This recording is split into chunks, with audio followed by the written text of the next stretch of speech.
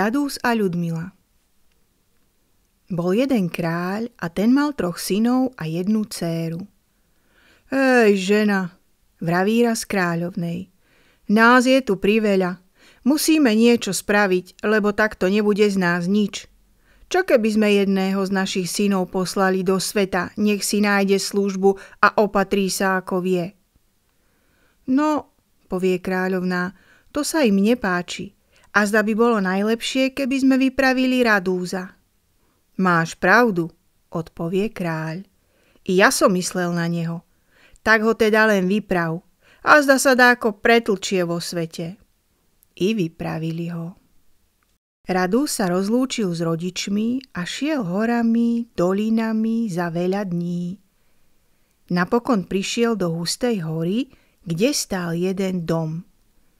Tu sa ohlásim, pomyslel si, a zda ma vezmú do služby. V tom dome bývali 3 ľudia. Ježibaba, jej muž Ježibábel a 1 pekné dievča Ľudmila. Pán Boh vám daj šťastia, dobrí ľudia, pozdravil sa Radúz, keď vkročil do izby. Pán Boh daj i tebe, odpovie Ježibaba. Kde si sa tu vzal? Prišiel som si hľadať službu, či by ste ma nevzali? Jaj, synak, vraví Ježibaba. Každý by rád chlieb jesť, ale si ho nevie zaslúžiť. Akúže ty vieš robotu? Nuž, akú mi dáte? Budem robiť, ako budem vládať. Veru sa nedám zahambiť. Ježibaba nemala veľkú chuť ho prijať, ale Ježibábel ju prehovoril a tak na ostatok privolila. Cez noc si Radúz odpočinul z cesty a ráno, keď sa prebudil, išiel k Ježibabe. Gazdina, akú mi dáte na dnes robotu? Ježibaba si ho premerala očami od vrchu do spodku a potom ho zaviedla k jednému oblôčiku.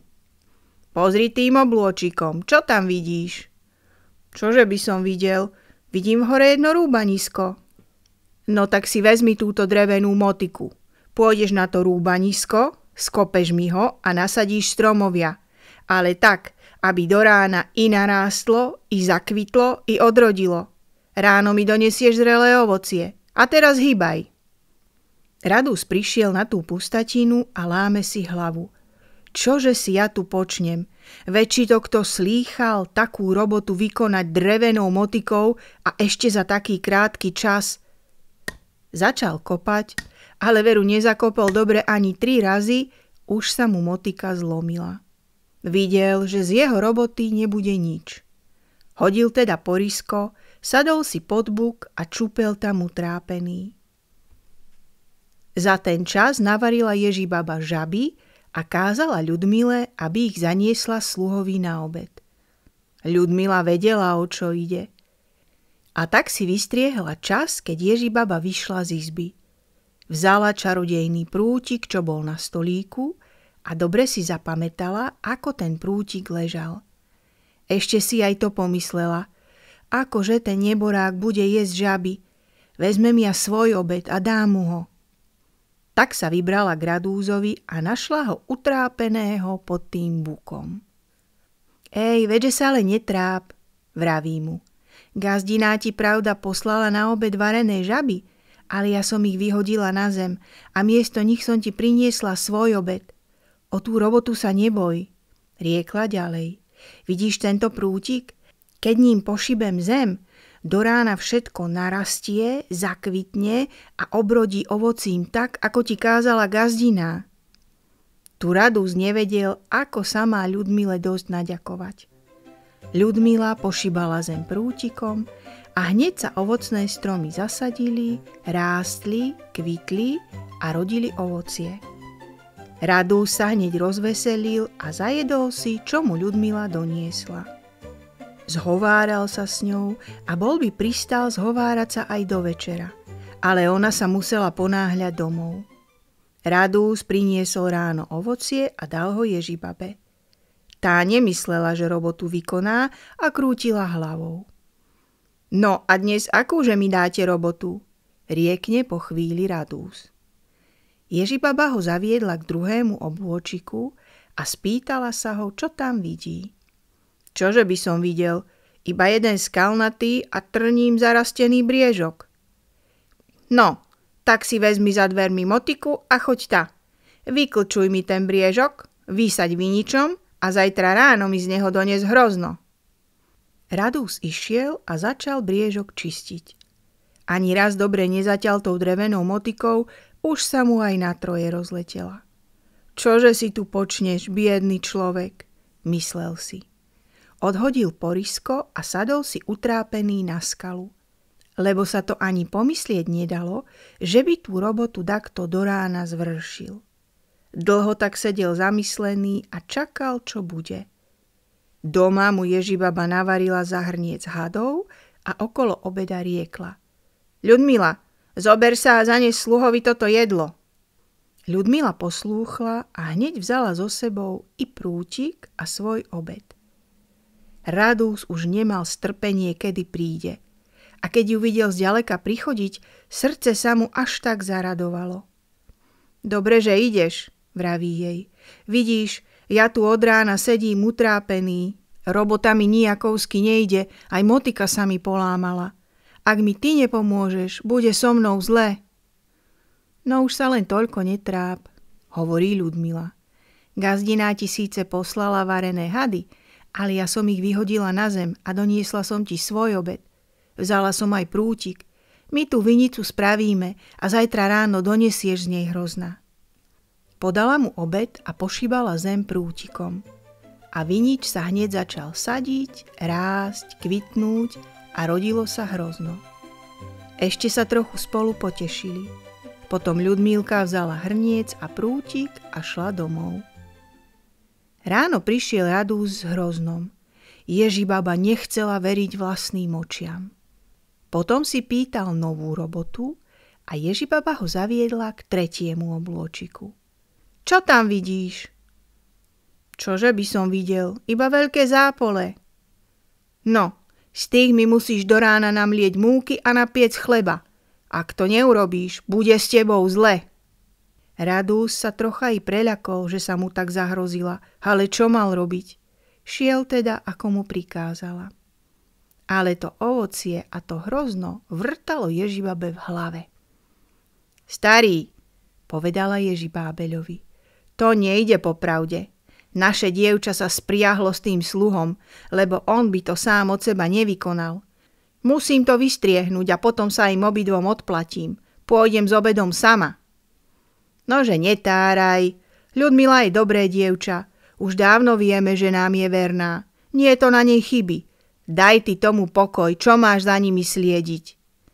No, starý, veď uvidíš. Mňa to predsa len mrzí. Mrzí, nemrzí, riekne zase Ježibábeľ. Už dosť, nebudeš mi tu robiť mrzutosti. Ježibaba zmlkla. Za ten čas navarila jašterice a vypravila Ľudmilu s obedom. Pravda, tá už voľačo šípila, čo sa starí zhovárali a že Ježibábeľ dudral. Preto i prútik pozorne vzala zo stolíka, ukryla pod zásteru a ako keby nič odišla s hrncom. Radus voľačo len nalámal tých skál, ale kdeže ešte múka, chlieb? Ľudmilu čakal netrpezlivo. Napokon ju zočil, ako sa k nemu ponáhľa. Mala som ti, vraví zďaleka, doniesť varené jašterice, ale ma mrzelo, že ti posielajú taký hnusný obed. Nuž som ti doniesla radšej svoj. A podala mu ho veľmi ochotne. Gazdina nás už má v podozrení, že ti pomáham, ale starý ju predsa priviedol na lepšie myšlienky. Len málo chýbalo, že ti sama nešla s obedom. Ešte to, hneď by sa dozvedela, čo robíme, a to by teba i mňa stálo život. Ach, drahá duša, veď ja vidím, na akej si mi pomoci, hovoril Radus. Len ako sa ti kedy odslúžim. Takto by boli ešte dlho trkotali, ale ho Ľudmila upomenula, že treba myslieť aj na robotu. A pošibala zápole tým prútikom. Hneď sa vybudoval mlyn a zahrkotal mlynský kameň. Múka sa sypala do koryta, chlieb kysol a v peci horelo. Potom sa Ľudmila pozbierala a ponáhľala sa domov. Ráno doniesol Radu z napečeného chleba a Ježibabu dobre nepuklo od jedu. Ale nepovedala nič, iba tomu riekla. Vidím, že si vykonal všetko, čo som ti kázala. Teraz si po robote odpočinieš. Prišiel večer. Stará sa so starým voľačo poradila a kázala Radúzovi nanosiť vody do kotla. Keď tej vody nanosil, postavila starého ku kotlu, aby tú vodu varil a keď bude vrieť, aby ju zobudil. Ale Ľudmila doniesla starému tuhého vína, takže od neho zaspal. Potom prišla k Radúzovi a vraví mu. Vidíš, tak je to. Teba v tom kotle uvaria, ak ťa tu ráno ešte nájdu. Ale ja ťa vyslobodím a pôjdem s tebou, ak sa mi zaprisaháš, že ma nikdy nezabudneš. Radúz jej to s radosťou odprisahal, veď by ju už bez tak nedal ani za celý svet. Na to Ľudmila napľula na jednu hlavienku v ohni, vzala čarodejný prútik a ponáhľali sa preč. Nezadlho sa Ježibábel prebudil. Sluha, zavolá, či ešte spíš? Nespím, odpovie slina, ale sa ešte vyťahujem. Po chvíľke Ježibábel zase. Sluha, vstaň a podaj mi čižmy. Hneď, odpovie slina. Len trošku počkajte, kým si krpce obujem. V tom sa prebudila i Ježibaba. Ľudmila, vstávaj, podaj mi sukňu a zásteru. Hneď, odpovie slina, len čo sa obriadím. A čože je to, riekne Ježibaba, že sa tak dlho obliekáš? Zaraz, odpovie slina. Ježibaba to už nemohla strpieť, zodvihla hlavu a tu vidí prázdnu posteľ. Bakýho čerta starý, veď tých niet. Vidíš prázdne postele, tí zutekali. Aby ich paromová strela, odpovie Ježibábel. Povstávali a Ježibaba dudre. To tá tvoja verná Ľudmilka, pekne sa ti zachovala, len ty ver i na druhý raz, dievčaťu, ty starý trup. Starý sa upokoril. A teraz dúškom let za nimi, že mi ich razom dolapíš a sem dovedieš. Starý sa schytil a letel. Tu povie Ľudmila Radúzovi. Ej, či ma len ľavé líčko páli, obzriže sa, milý môj, čo vidíš za nami? Nevidno nič, vraví on, iba jeden čierny oblak za nami letí. No to je starý na čiernom tátošovi, povie Ľudmila. Postoj teraz, musíme si pomáhať. I udrela prútikom o zem, tá sa premenila na roľu.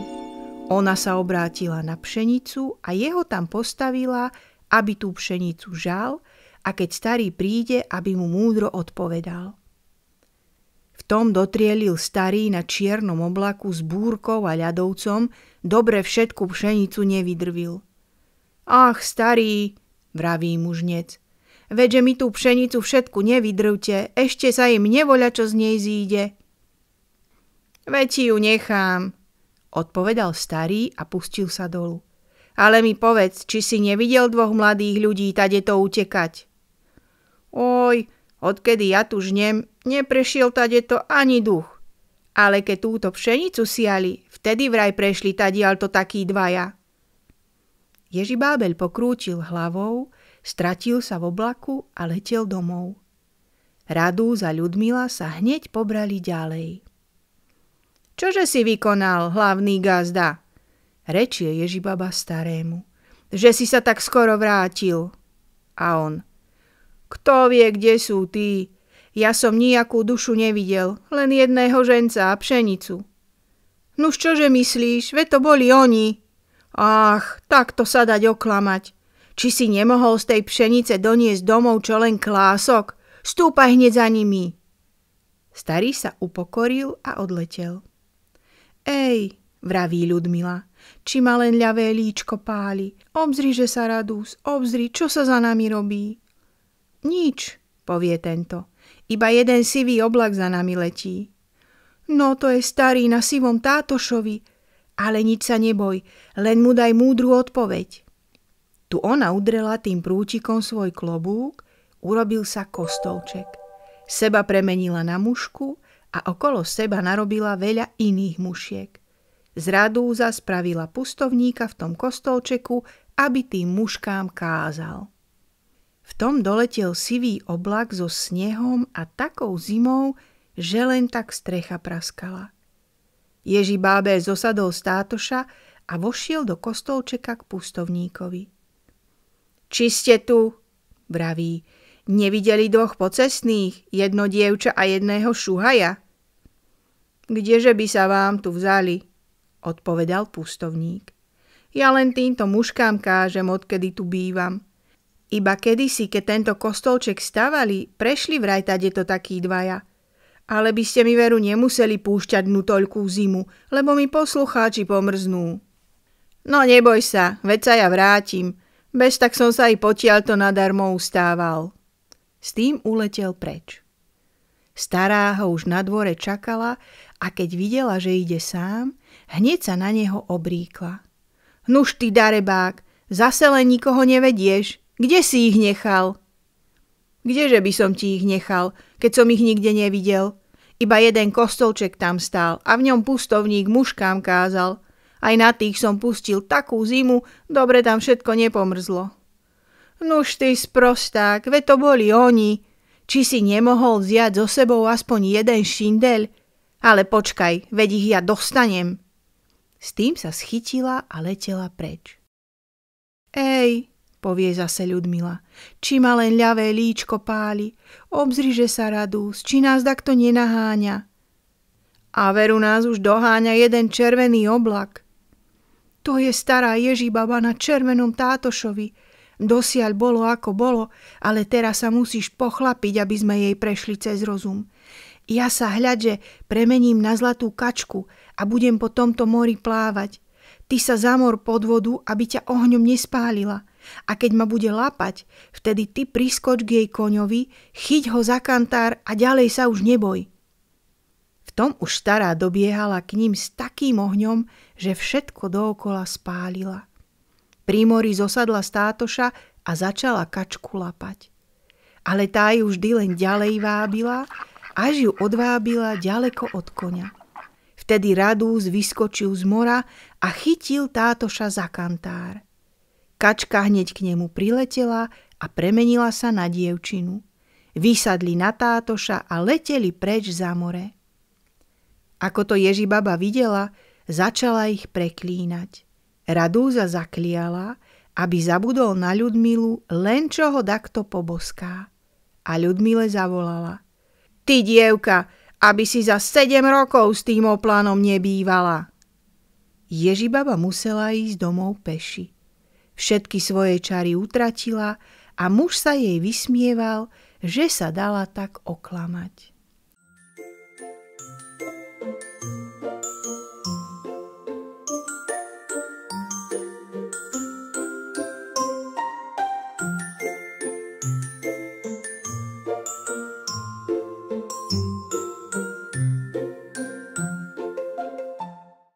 Radúz a Ľudmila leteli už teraz na tom tátošovi, až doleteli k mestu, kde bývali Radúzovi rodičia. Čože tu nového? Opýtal sa Radúz jedného mešťana, ktorého stretli za mestom. Nuž čože by? Odpovedal mešťan. Náš kráľ i jeho synovia a céry pomreli, ostala len stará kráľovná a tá ustavične plače za jedným synom, ktorý je voľakde vo svete, takže máme len samé trampoty a hádky, kto bude kráľom. Pomreli? Riekne Radúz. No to je veru zle. Zanechal mešťana a odvolal Ľudmilu nabok. Vieš, čo urobíme? Ty ostaneš tu pri tejto studničke, lebo taká, ako si v otrhaných šatách, nemôžeš pred moju matku. Ukry sa na tomto hustom strome a čakaj, kým sa vrátim. Ja za ten čas pôjdem do zámku a keď ma spoznajú a príjmu za kráľa, prídem po teba s peknými šatami. Ľudmila pristala a Radúz šiel do zámku. Matka ho hneď poznala a s otvoreným náručím mu bežala v ústrety. Radostne ho objímala a chcela ho i boskať, ale sa jej nedal. Aj ostatní ho poznali a vyhlásili za kráľa. Spravili veľkú hostinu a veselo sa zabávali. Radúz, ustatý z cesty, ľahol si na odpočinok prv ako ostatný. A ako tak spal, prišla k nemu matka a vyboskávala ho na obidve líca. Od tej chvíle zabudol Radúz na svoju Ľudmilu. Aj sa potom oženil s druhou dievčinou. Opustená Ľudmila dlho nariekala, čo si už teraz počne. Nemala sa chuderka kde podieť, nuž sa postavila neďaleko zámku k jednému sedliackému dvoru a vyrástla tam na krásny topoľ. Ten topoľ ozdoboval celý dvor, ba celý kraj, len kráľovi zavadzal. Škrelo ho, že mu prekáža pri výhľade z obloka. Napokon už nemal trpezlivosť a kázal ho vyrúbať. Sedliak veľmi prosil, aby nestínali ten pekný strom. Ale prosba nič neosožila. Kráľ dal topoľ zrúbať. Nezadlho potom vyrástla pod samým zámkom pekná hruška, ktorá rodila zlaté hrušky. Kráľ ich dal každý deň oberať a ten strom mu bol veľmi milý, ale kráľovná sa ustavične zlostila. Keby len tá hruška čím skôr skazu vzala, tak ma ten strom domrza. Kráľ ju dosť prehováral, aby dala hruške pokoj, že je taká krásna. Ale kráľovná dotiaľ húdla, kým jej kráľ nespravil povôli a nedal strom vyťať.